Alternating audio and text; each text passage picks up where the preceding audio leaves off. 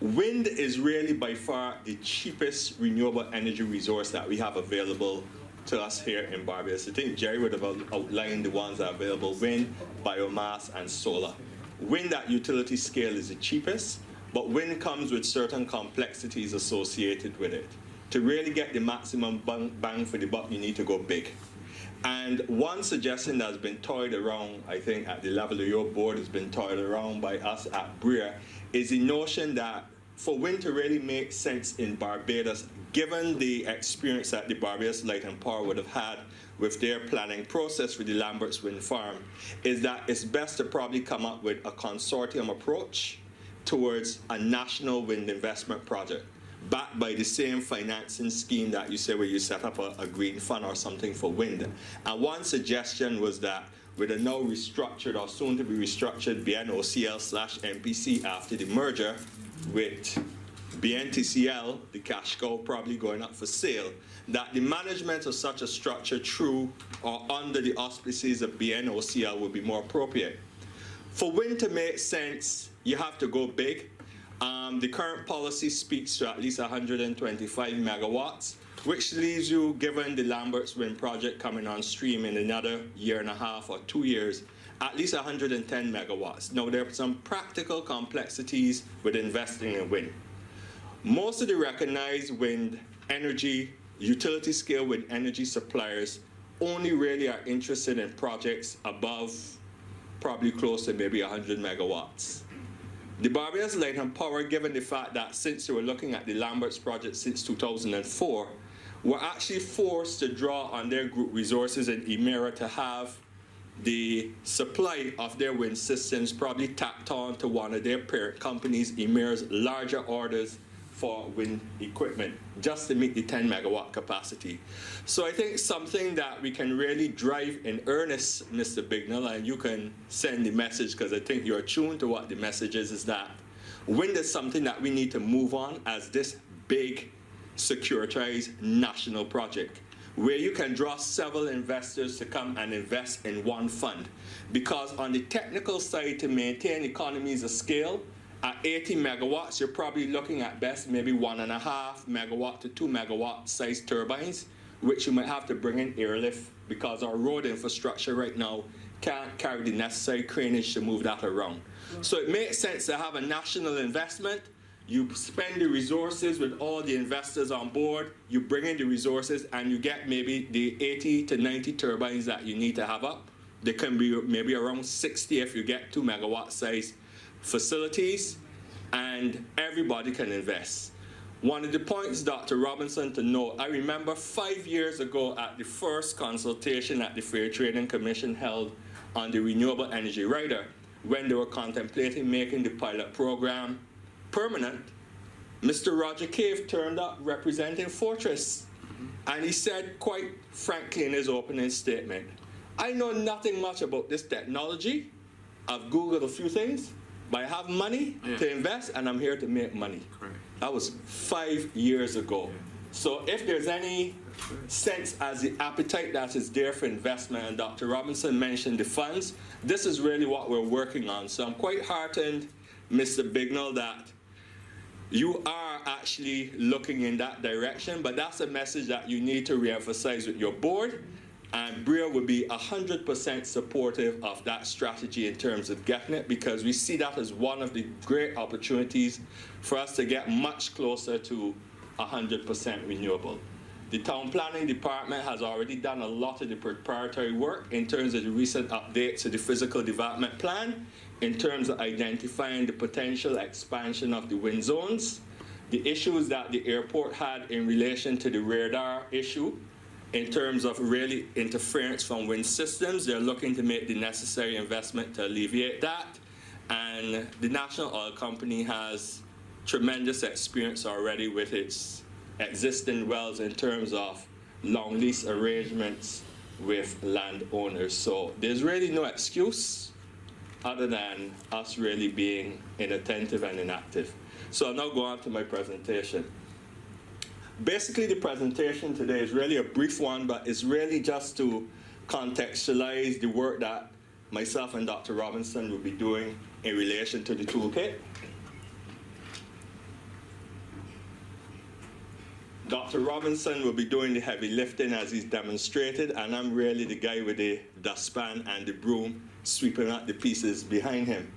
But in essence, we're looking at the following topics. It's just really an overview of the climate risk management framework, briefly, the rationale for the insurance and finance toolkit, the global approaches to climate risk management, and I'll just look briefly at some of the work that has been happening in the region with respect to the agricultural sector.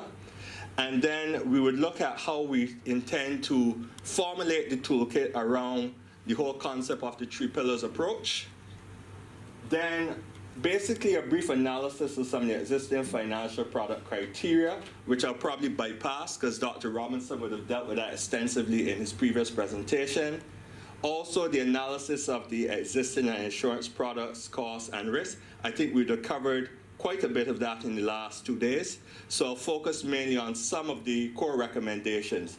But in essence, this presentation will really just look at the conceptual framework around the toolkit. So climate risk management can be defined as a generic term referring to an approach to climate-sensitive decision-making. And I think we would have demonstrated that over the last 2 days in the presentation in terms of what are some of the specific risks that the whole intensity of climate events can present, specifically from a risk management perspective as you look at various industries. The focus on the toolkit obviously is on the renewable energy sector. Now, embedded in this really is a movement towards bridging the themes of climate change adaptation. That is the various changes that you have to make to mitigate. Disaster risk management, which is already an ongoing established concern, and other developmental sectors. Now, a lot of the work that's been done throughout the region and the hemisphere has really focused on the agricultural sector. We would have seen back in 2008, the World Bank would have hosted a regional summary in Mexico on how governments can better cope with climate risks in agriculture. And there have been a lot of products that have actually been developed around that.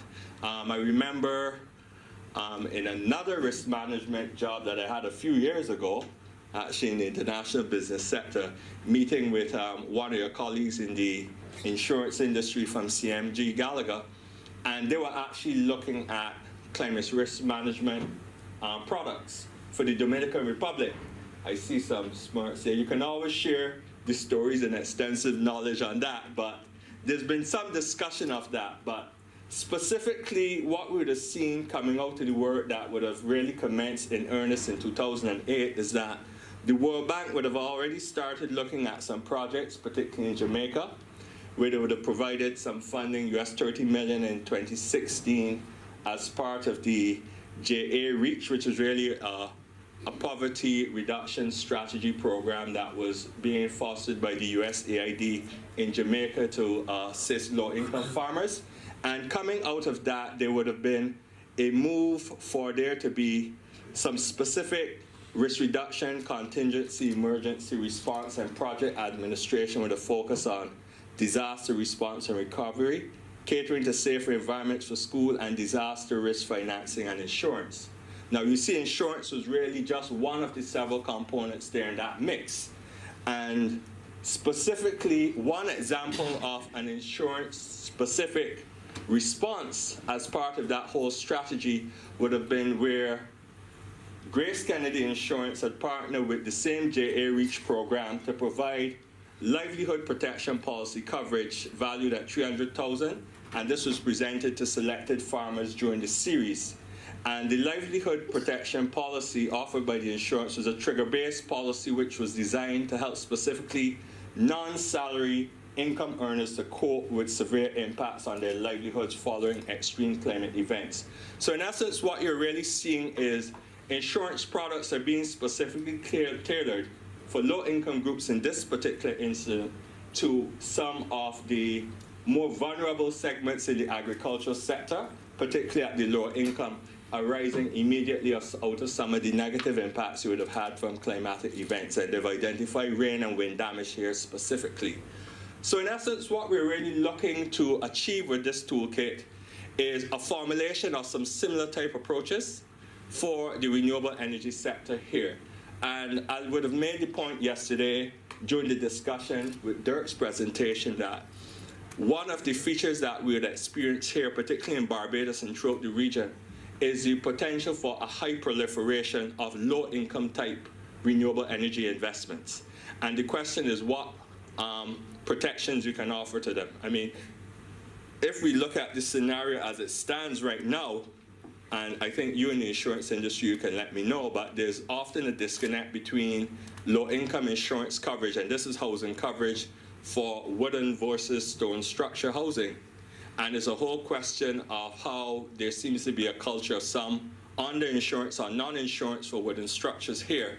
And the question is, how can they really participate in the whole push towards renewable energy penetration, even at the small micro level, if that insurance hurdle is still there? So we're looking really at products that can alleviate some of these challenges which exist already in the normal scheme of doing business with respect to the insurance industry here on island. So the rationale for the insurance and financial toolkit, I think we would have been looking at this in some detail over the past 2 days, if not centrally focused on it, but this is what we've identified as some of the key focal areas for creating the toolkit. The creation of a climate risk management model specifically for the renewable energy sector, and I would have just used the example on the insurance end with respect to the agricultural sector in Jamaica. Creation of a comprehensive risk identification and risk transfer environment for RE investments in the face of increasing incident and severity of climate events. And I think this ties into the whole discussion of trying to see how best we can identify, Kurt, as you were indicating, what are the key areas that we need to provide coverage for as we make this investment. A major part, too, for the toolkit is providing clarity on the existing policy, legislative, and regulatory framework, which in essence will govern the uptake of renewable energy investments as a whole. This has now really clarified a lot over the last 6 to 12 months. So the toolkit would also address that issue in terms of its structure, to identify the specific gaps in the insurance and finance sector with respect to credit risk and insured risks, respectively. And that is really where we try to, as you say, pretty much identify through some form of a checklist, what are the primary concerns that the financial institutions have, what are the primary concerns that the insurance industry have, and then we go into what are some of the solutions, provide credit risk solutions for the financial sector. I think Dr. Robinson has already started that work in terms of pointing some of the way forward. And then also the general rubric and intention is to increase renewable energy uptake and investment, and also provide options for new risk transfer products specifically to address post-disaster risk recovery. And I think this, for those of you who would have been here yesterday morning, that would have been some of the issues that was raised out of Dirk's presentation. And I think this is a critical component, because I think Mr. Blendman, you would have raised that issue this morning as well, because the whole question of post-disaster recovery is also a component that we need to look at too, in terms of trying to get some resilience there into the renewable energy sector, and what role can the insurance sector play in regards to that. Now, essentially, the toolkit would be predicated on a concept that I've teamed the 3 pillars methodology. And the 3 pillars methodology is really trying to show that there's a direct correlation between any policy uncertainty or the policy environment and regulatory environment surrounding the renewable energy sector, and how it impacts any current credit risk concerns being raised by the financial sector, which in many respects has either resulted in their reluctance, or as Dr. Robinson would have said, they put a product on the market that you probably would not touch. And showing how those 2 strands are also interconnected to the absence of comprehensive risk coverage and the potential that created for severe vulnerability in the context of adequate risk coverage and risk transfer as we look to increase the island's renewable energy uptake. In essence, what we're saying is that these 3 pillars, the current regulatory environment, which relates not only to the licensing regime, but the policy framework, the tariff framework, directly impacts and touches on what the financial response would be.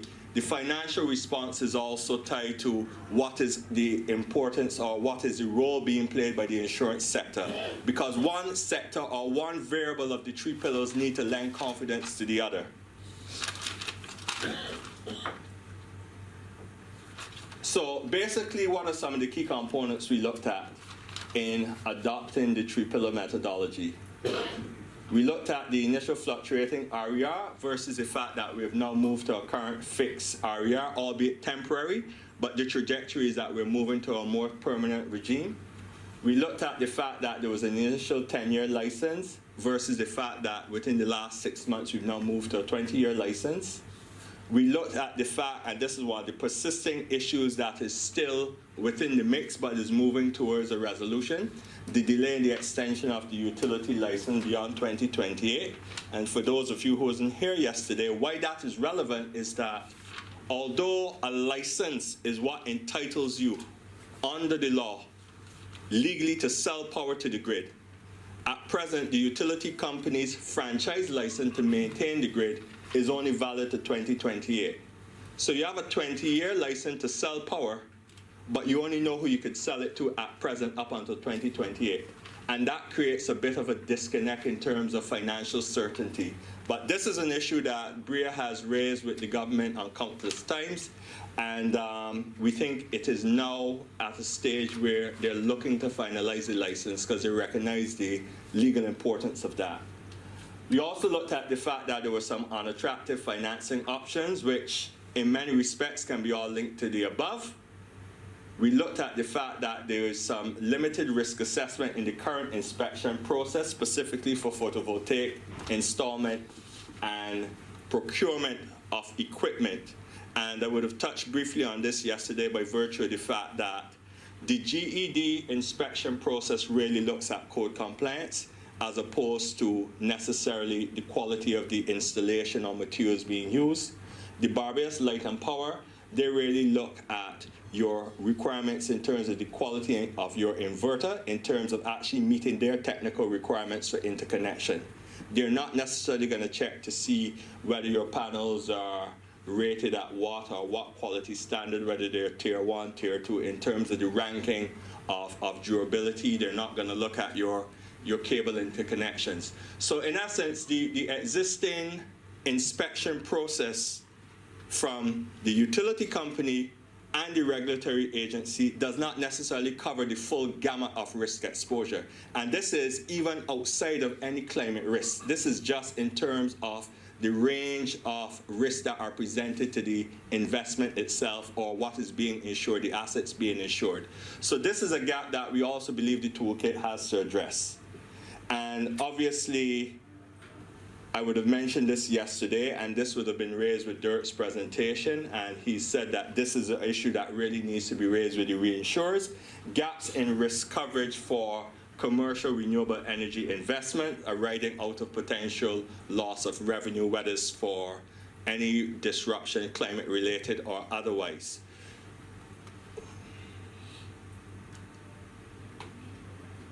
So, the toolkit methodology, the three pillars again, will focus pillar 1, providing clarity, and these are really the outputs of the toolkit, clarity surrounding the policy, legislative, and regulatory environment. Pillar 2, comprehensive risk review, or comprehensive review of risk assessment and risk transfer methodologies by the insurance sector. That will be identified in the toolkit. And the third pillar will be the creation of competitive finance products, predicated on the strengthening of pillars 1 and 2.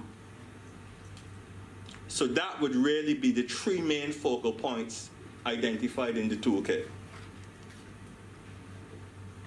Now, prior to Dr. Robinson's intervention, this would have been some toying around with some numbers that I would have done from some earlier presentations, I think from 2016, our 2016 conference.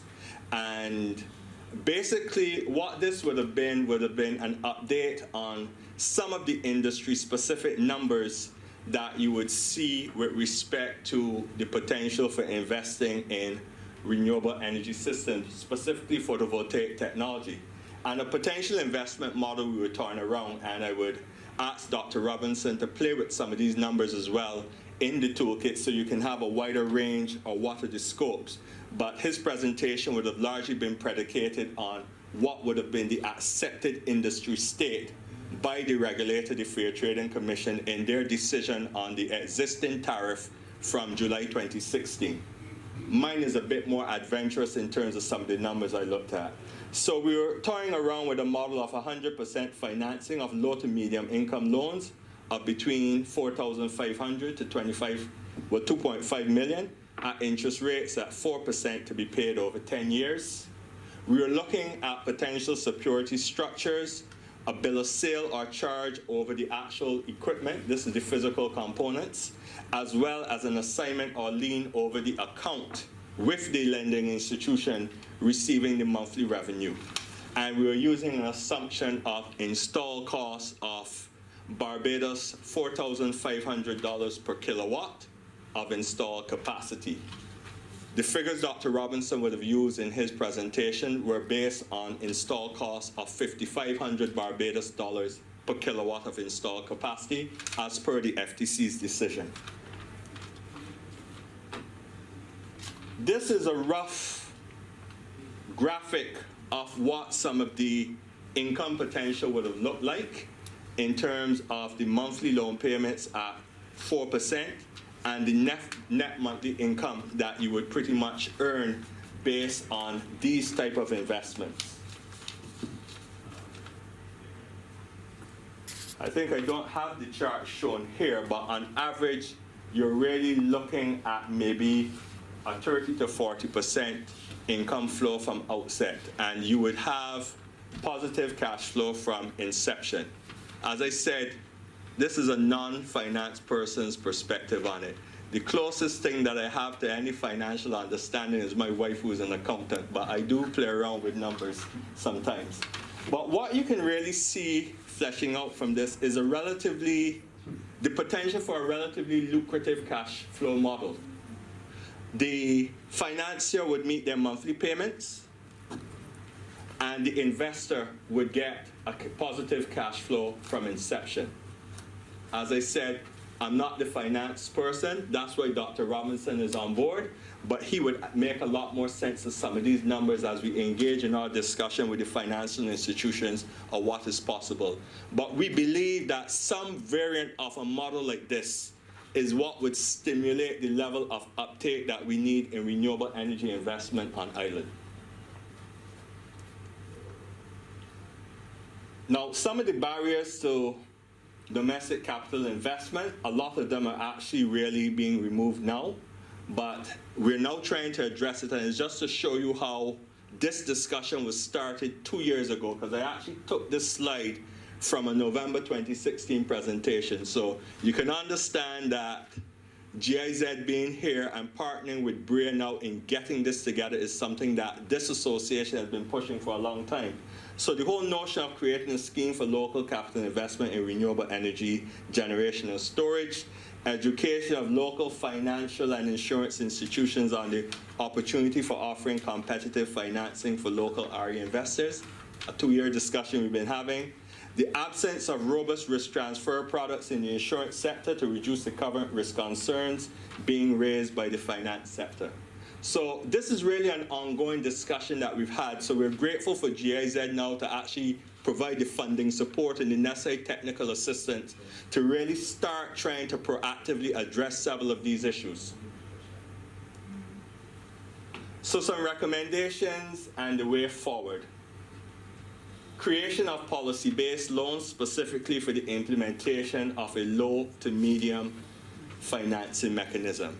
And the history to that is when I would have done the presentation 2 years ago at the Renewable Energy Conference, it was actually on a finance panel that had representatives from the World Bank and the IADB present. And what we were saying to them is that although you would have provided policy-based loans to government that was targeting SMEs, you really need to look at providing some loans to offer some assistance to low to middle income investors, because SMEs benefited from the SMART fund that had been created and fostered through the Enterprise Growth Fund. where several businesses would have been able to secure concessionary financing for energy efficiency retrofits and renewable energy retrofits. But we're saying put some of that support towards actual low to middle income investors.